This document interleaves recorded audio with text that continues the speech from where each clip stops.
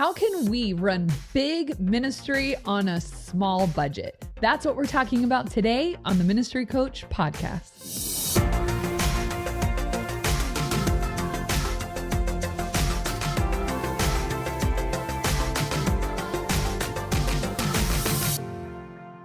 Welcome to the Ministry Coach Podcast. We bring you weekly tips and tactics to help you fast track the growth and health of your youth ministry. My name is Jeff Lascola. This is Kristen Lascola. Now, we do our best to try and cover all sort of sizes of churches because there's obviously the mega churches and then there's the churches of like 15 people and they all have youth groups, hopefully, but their budgets and some of the processes and resources they have available vary. So we try to do our best to kind of give tips and tactics that all youth pastors and youth workers can use. Yeah, because there's nothing more frustrating when somebody's talking like about stuff they're doing. You're like, must be nice, right. You know, because maybe you come from a really small budget and you have all these big dreams, but they don't really fit into your small budget. And today we're going to talk about how that is okay. And then there's some strategies and tips and tricks for how you might be able to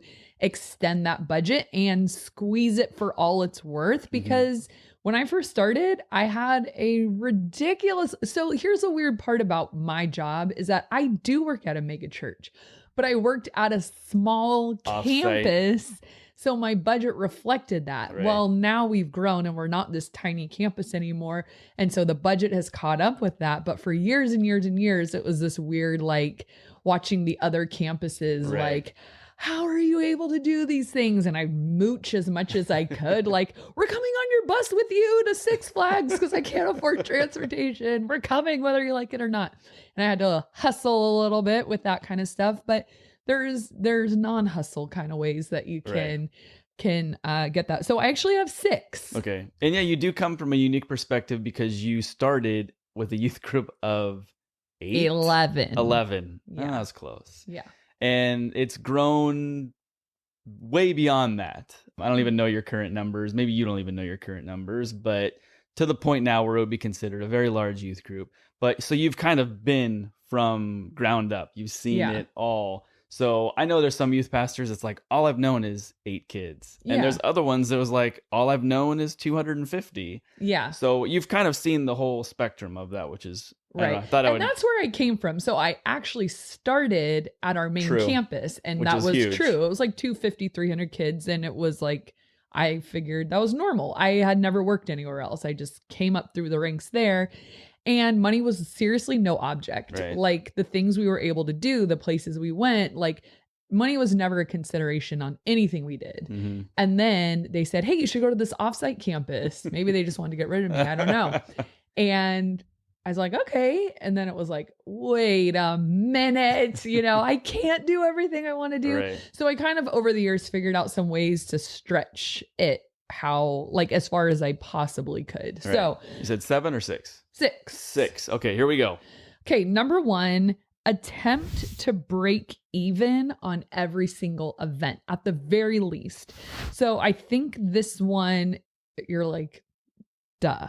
Maybe you are like, duh, you know that. But it involves a little bit of strategy to cushion your budget for events so that you always end up in the black. So I was trying to do events and charge people the bare minimum.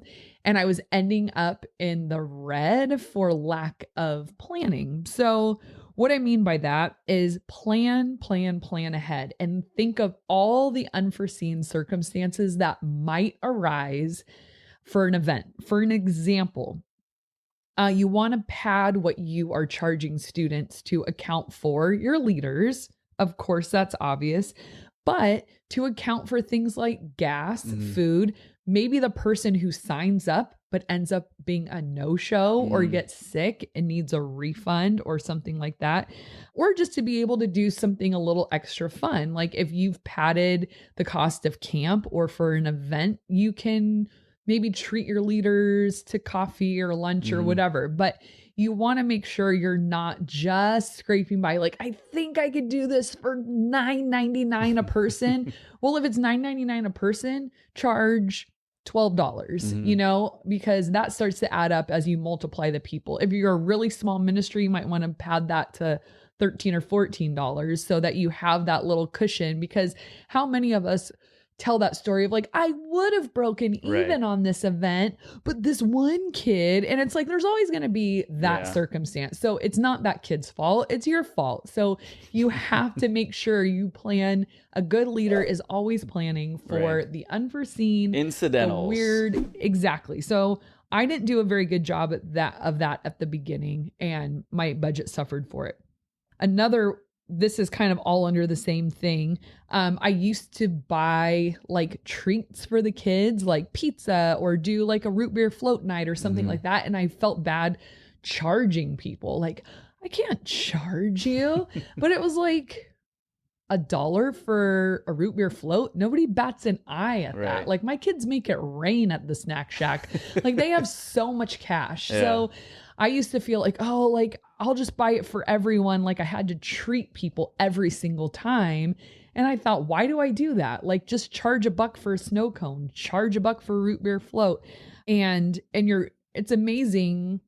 Like, sometimes not on purpose, but you end up making a little bit of money on those things. And not that and I feel like that is like this, like, oh, you gangster. But here's the thing. You put that right back into your ministry. Like, it's not like you're like, well, where should we go on vacation? You know, it's like, it goes straight back into your ministry. But like you said, this is a way not only to like stretch your budget, but you can even increase your budget by these ways too. And so that brings me to the last thing under this section is, I've said it before and I'll say it again. If you have not started your snack shack yet, what the heck are you waiting for? Because it is a win for everyone. Students love to eat candy and snacks. It's like their love language, I'm convinced.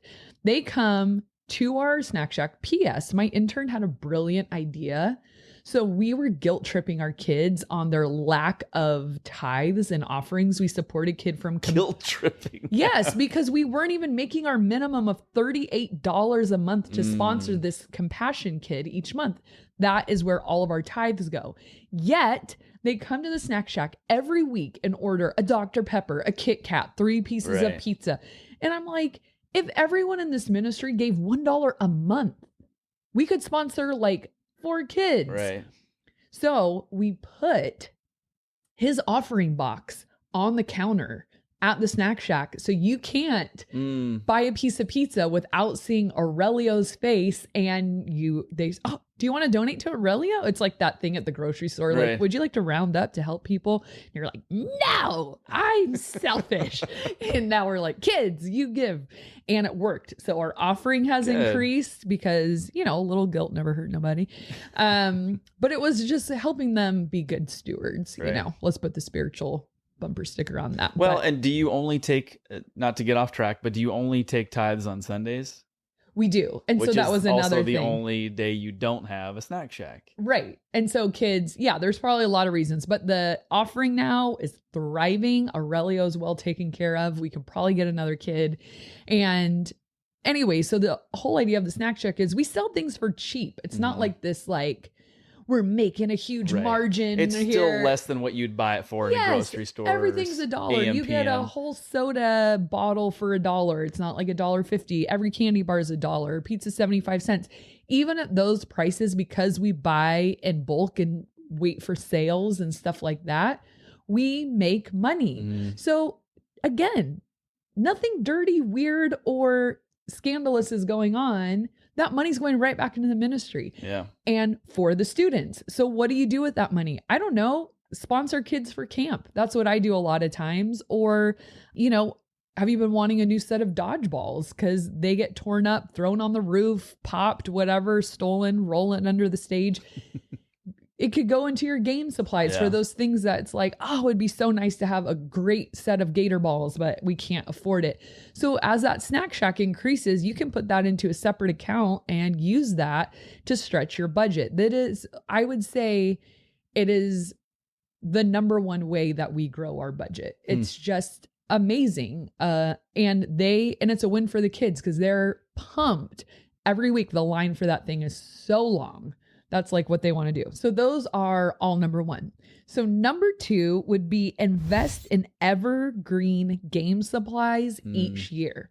So sometimes you think, I want a 9 square. I want a Gaga. I want Gator balls. I want glow in the dark Gator balls. I want an Xbox. Like whatever that thing is you want for your youth group that feels like unattainable, make it a once a year goal. So like you at the beginning of your fiscal year, whenever that starts, you set aside a certain amount of money. This is what I'm going to put towards evergreen game supplies, because certain game supplies are more disposable, you know, like glow sticks, Right. like they're one and done or stuff like that. But evergreen game supplies keep you going for the whole year, like a really nice set Or of many years. Exactly. I bought a really great set of glow in the dark gator skins and I've had them for years. They were expensive up front, but I hide them, I take care of them, and I make sure they always get put back so I don't have to keep buying them.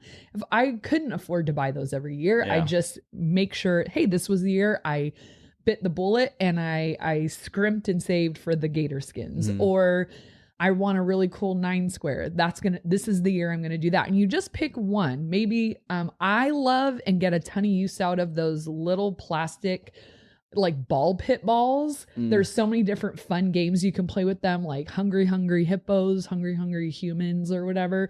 A game where you bury stuff in them. So it's like the kind of supplies that are going to go long. Yeah. You know, like maybe it's the flag belts so For that you flag can football type games. Yeah, or flag tag, things that like sometimes I used to sub and I would look at some of the PE equipment they had, like those little scooty boards for the elementary school kids. I'm like, oh, those are awesome. You know, like you could do human curling, all kinds of fun stuff.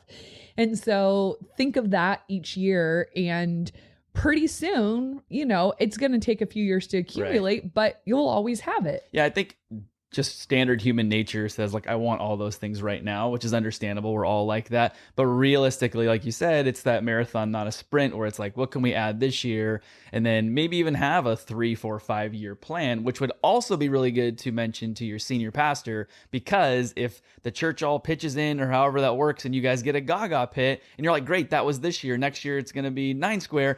And all of a sudden you come back the next year and like, okay, now we want the 9 square. The senior pastor might be like, wait. We just got, because in their mind it's probably like, we just got a Gaga pit. And it's like, well, you know, we wanted other things. So if you kind of let them in maybe on, here's the goal, like this year is this year is this, so that you can build this up over time, that's going to be a lot more helpful than you come back in a year and they're like, no, you can't come back to the well that soon. Right. So that brings us to number 3. If you have to do an event with food, that we had our associate pastor look at our campus budget once, and he was like, you guys eat a lot, you know? And it's amazing how much of our budget goes to food. So Little Caesars. yeah. Well, and I break even on that or make a little money on that now. But one thing, and this is obvious, but anytime you're having like a holiday kind of event or something like that, ask parents to cater it. So students don't need like creme brulee and chocolate fondue, right? Homemade cookies will be scarfed down in 3 seconds. Donuts, whatever, just food, little snacks. I mean, the Cheetos, those go like that. Right. Doritos, it can be cheap stuff, but if you're buying it all, and it feels weird sometimes charging for a party. So like, come to our Christmas party. It's $5. Maybe it's fine. I don't know. It's not that weird, I guess. If you can justify it, then. But you could also have the option to send stuff out to parents, just like they did at school back when you were allowed to bring homemade stuff. But hey, I need 5 people to bring brownies and cookies. I need 3 people to bring sodas and juice. I need whatever. And parents are happy to do that. Yeah. And it's amazing. Like, they'll probably give you even more than you need that you can store and use for later if it's drinks and stuff like that. Because they're, and especially not even just the parents, but just congregation members that are all in favor of the youth group, but honestly have no idea what goes on. Right. So why would they ever know you needed anything unless you vocalized that and said, you made a list of, here's all the wish list items we would love to have. And then, oh, Well, that's Am one of my I- other ones. You're Oh, jumping I'm jumping ahead. ahead. Right now, we're just talking about food. So, like at our Okay. church, we actually have something called the baking team. So it's like it's like, I don't want to greet people. I don't want to be up in front, Right. but they're like, I'll bake a dozen cookies Right. and bring them to church. Like, that's my gift. So you could have that. Like, we buy donuts and have them for our students. But if that's not even in your budget, have a baking team, you know, like you have cookies Have them bake out. some donuts. Sounds hard.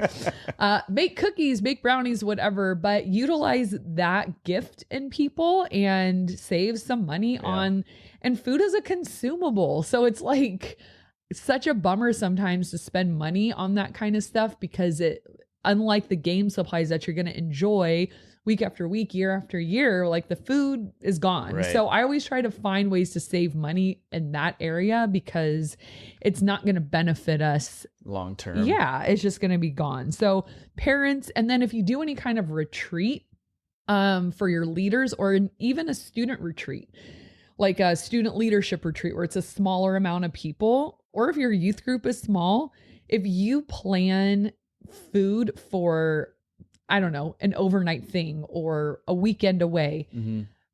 I've mentioned this in previous episodes. My favorite thing to do is on the front end, you plan all the meals, you decide what you need for each one, and then you send that list out kind of like a meal train style to the parents and say, hey, this is what I'm planning on making. Next time you're at Costco, would you mind picking up a bag of shredded cheese or tortillas or whatever? And I got all of my food for my leader retreat, which was great because then I didn't have to pass on that cost to people who are serving. Like the point was to bless them. And parents, when they know I get to bless the leaders, like sometimes they just light up because they're like, I love what you do for my kid, but like, what am I supposed to do for you? That's one way that they can kind of give back, which is really great. So donations for food is always a great budget save. And then kind of along those lines, number 4, this is like specific to a certain time of year, but I give candy prizes away all the time. I think I've mentioned that before. Candy is not super cheap. Yeah. I mean, I've tried to get the cheap candy and it's terrible. It's like the banana Laffy Taffy at the bottom. And it's like, nobody wants this stuff. So I try to get good candy. So I give it away for all kinds of stuff. You win the game, you get a piece of candy. It's just kind of nice to have a prize, not just like we won. All right, that's that. But like I said, it adds up. So in October, after Halloween or right in the beginning of November, all of the grocery store candy goes ridiculously on sale. So I stock up because that stuff lasts a long time. At least you hope it does. It does. It's fine. Have you read the It's ingredients? not even food. It's not even food. So I put it up in our cupboard, and whenever I need a new bag, I go and grab it. The other thing, this is a weird one with candy. So if you send out an email to your parents and say, hey, any extra Halloween candy your kids get that you don't want to keep, send it my way. Homeschool parents love this one. So they would bring me a little like Halloween candy tithing. Exactly. I love the way you put that because they would come with these bags of candy and their parents don't want them to eat it all. So they'd say, choose 20 of your favorites. Or if their kids are like ours and they don't eat a lot of candy. No, our kids don't. I end up eating it, and like 15 pounds later, I really regret it. And you should have donated it to the youth group. Yeah. And I've had parents do that. They'll bring in these bags of candy like, hey, I don't want to just throw this away. We can't have this much candy in our house. Yeah. Can you use it? And I'm like, yes. So if you like put that out to parents, they might be like, oh, that's a great idea. Cause I mean, people can only eat so much candy. Right. You don't need like 300 pieces of candy. So tell parents, hey, not that you have to, but if you're looking for a place to get rid of your extra candy tithes, send them my way. And that's a great way to save money on candy. And then like you were saying, number 5, this is kind of like that wish list thing. So what you do is you send out a wish list. Oh no, my thunder has been stolen. Go ahead. thunder has been stolen. You said it. I don't have a copy before of your it was notes. time. I sent them to you. I know, but I don't read them. Rude. Well, I'm not sending them to you anymore. Okay, so at the beginning of the school year, if you have kids, you know, teachers brilliantly usually send home a wish list. Our teacher was like, we want Lysol wipes and expo markers. And we're Right. like, we can do that for you. Like, you're a rock star. So if you send a wish list home with the students or email it to the parents and just say, hey, this is kind of an ongoing list. Whenever the mood strikes or you have a little extra money or time and feel like sending some stuff our way, we would gladly take some playground balls. We always need dodgeballs, right? So I usually would tell them, you can find them at Walmart. They should be about $5. You don't want them to go out and think they have to buy like the regulation ones from like a sports store. Or I something. say even put that stuff on there and just make it a fund towards that. Could where be people if you had your heart like set on that. But stuff like footballs, like I feel like I lose a football every 5 seconds. Hula hoops, like weird stuff that I'm like, I need hula hoops for certain games. Yeah. I don't really want to go out and buy them. Candy, soda, individual chips, just anything you can give away as a prize. Those kinds of things last forever, which is great. I keep a stock of them in our cupboard for Sunday mornings. And then another thing, like markers and those like cool coloring books. I like having those out for like the quieter kids, but it seems like you go through them and it's like someone has started something on every and it was page. probably our daughter. I was going to say it was probably Brinley. She's 3. She's out of control.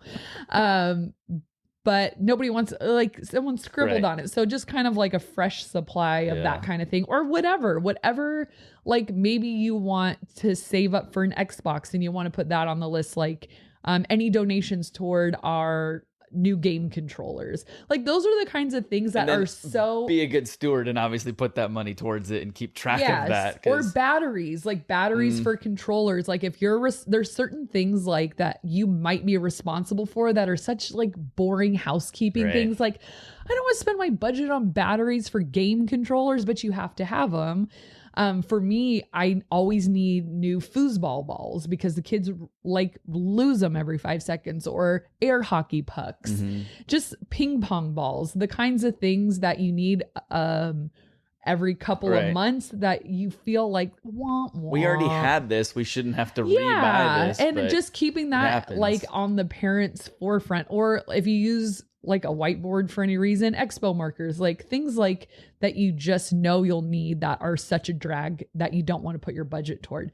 Parents are generous and they appreciate what you do, hopefully, and they would probably be happy to. And what's the worst that can happen? You throw out the net and see what you get, you know? And like I said before, they don't know. So, why would they automatically assume I'm going to donate some batteries? Someone needed, expo markers. But yeah, if you put that list out there, that's what the teacher did this year for our older daughter. And we just went down the list like, okay, I'm at the store. I'll get that, and that. Why not? Easy. And I mean, some of that stuff could be like donation based too. So if you were to say like, hey, if anyone's going to get rid of a Wii anytime soon, we'd love to have it. Or I'm looking for a ping pong table. If you know of anyone, let me know. People always want to get rid of those big things. Like, that was fun for a year. I want this out of my house. And they usually want to get rid of it. So, but there's a lot of cool things you can get. We got the basketball hoops, I think twice donated. Yeah. Those like roll up ones or whatever that, things like that. People just like, oh, we're getting a new one. You guys can have our old one, but it's still in good condition. You don't want junk, but you take what you can get. Even sometimes. Like aesthetic things for your room, like market lights for worship or throw pillows, like things that you're like, I don't know, someone might buy this for me. You could have an Amazon wish list. There's no end to those possibilities. We should end that there. Okay. No, I want to list at least 10 or 12 more things. A massage, a gift card for a facial, a spa day. Okay, that's enough. Okay. And number 6, and lastly, and this is a once a year kind of thing. And we talked a little bit about how to get camp scholarships. I'm not a huge advocate of fundraisers. Our church does not do them, but once a year at our Good Friday service, we do a special offering for camp scholarships. So we pass around the offering. Maybe we show a camp video, have someone come up and talk about it, maybe some student testimonials pre-recorded and beautifully edited, and just say, hey, there's camp is expensive and it's unattainable for a lot of families, but we don't want anyone to miss out on this experience due to lack of funds. We're just not okay with that.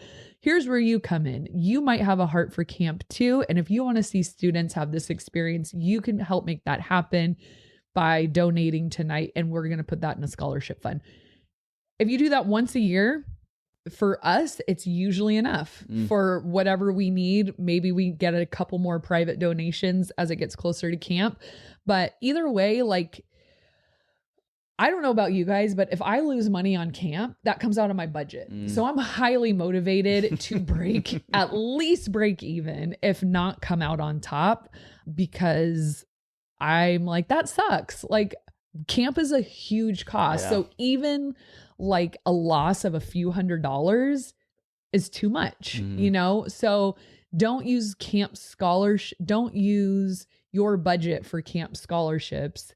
Fundraisers, if you have one that's going and thriving, hey, keep at it. But just one more consideration is that once a year special offering, some people, like, their name is totally on it, or they're empty nesters and have a lot of money and want to pay back. You know, you never know what God is going to put on people's hearts and kind of nudge them to get involved in, you know?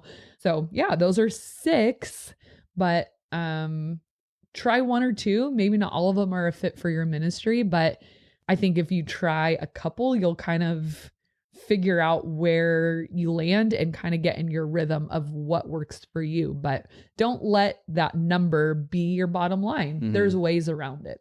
Yeah, ways of growing it, ways of stretching it, and being, again, a good steward of what you have been given by your church. And speaking of, if your youth ministry has grown in the last year, you might have enough leverage to ask for a budget increase.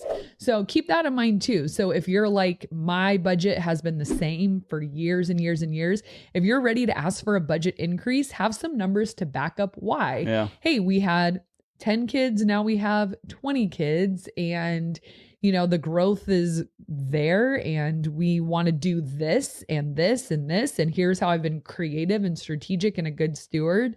But, you know, don't be afraid to ask if you have that leverage to do so. You will never know until you ask. Right. All right. Now we're going to get into the question of the day, which is this is a weird question. It is. It's weird. And I think at a different point in my life, the answer would have been ridiculously simple. But how many pillows do you sleep with? The answer should be 1. Okay. You want to know what's weird? You. No, I already knew that.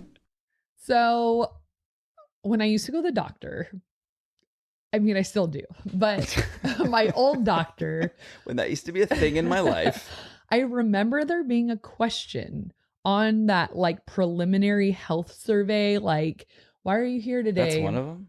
It asked that. How many pillows do you sleep with that night? So I don't know what. Ooh, what's good? I don't know. I think they said if you sleep with more than 3 or something, or 2, like and I was like, what is that a sign of? Serial killer. I never asked. I don't know. But I remember I went to Kaiser and that was a question every single time. How many pillows do you sleep with? So. Seems a little personal if you ask me. Currently, I have it perfect. 3. So I have a long pillow that goes in the back. That's like the foundation. And then I have 2. Don't you have one behind that too? No. Then I have 2 standard size pillows that I make a V with. And that goes right behind my head. And so my head is kind of encompassed into the V, but the long pillow is supporting the V. So I lay and I am cushioned. And my new trick is you put the corner of the pillow over your shoulders. So it's kind of like this little neck pillow-esque thing. I like those travel pillows, but yeah, for laying I down. put my regular pillow over my shoulders. How many do you bring when you go into camp? 3. You do? I don't remember. That's a lot of pillows Maybe to bring 2. to camp. I know. I have 2, but I only do that because our backboard or headboard is weird, and I feel like if I only have 1, it always falls behind there. So 1 is just to keep my 1 from falling back. And I've had that since like junior high. Maybe even earlier than that, which is probably gross to keep a pillow that long, but wait, you've had the same pillow? Oh my gosh. It gets washed every now and then. No, it doesn't. I wash it When? sometimes No, in my you life. don't. No, you don't. Yes, I do. No, you don't. You have never washed that pillow since we've been married. Well, that may be true. That's been 10 years. Well, how often do you wash your pillows? I didn't know you could wash pillows. You've had the same pillows for the last 10 years. No. Some of those are newer. No. Newer. Like 8 years. Wait, but you've had it since junior high? Probably earlier. Do you I know don't they say little microscopic bugs live in there? But the cover on the, like, not the pillowcase, but the cover has been replaced. I don't know. It's just like the insides got recycled. That's probably why I have a little cough. Yeah, whatever. Trying to make me seem like the weird one. Let's read a review. Let's read a review. Actually, when I was pregnant, I slept with like 14 pillows. I wasn't even in the bed. No room for you. Okay, this is from our YouTube channel. I don't remember what episode this was from, but this is from Brandon Datouine. And wait, what? I love that last name. I think I'm pronouncing it right. Datouine. Okay, that's what I'm going with. I love it. Says, you guys are awesome. Thank you for all your great ideas and for what you do. Well, thank you, Brandon, for watching and for commenting. We appreciate it. Thank you, friend. If you guys are getting a lot of value from these episodes, make sure you like, subscribe, and we'd love to hear from you too in a comment. And if you're listening on our podcast channel, make sure you subscribe and leave a review there, and we would appreciate it. Thank you guys so much for watching and listening. And we'll see you next time. I said it first.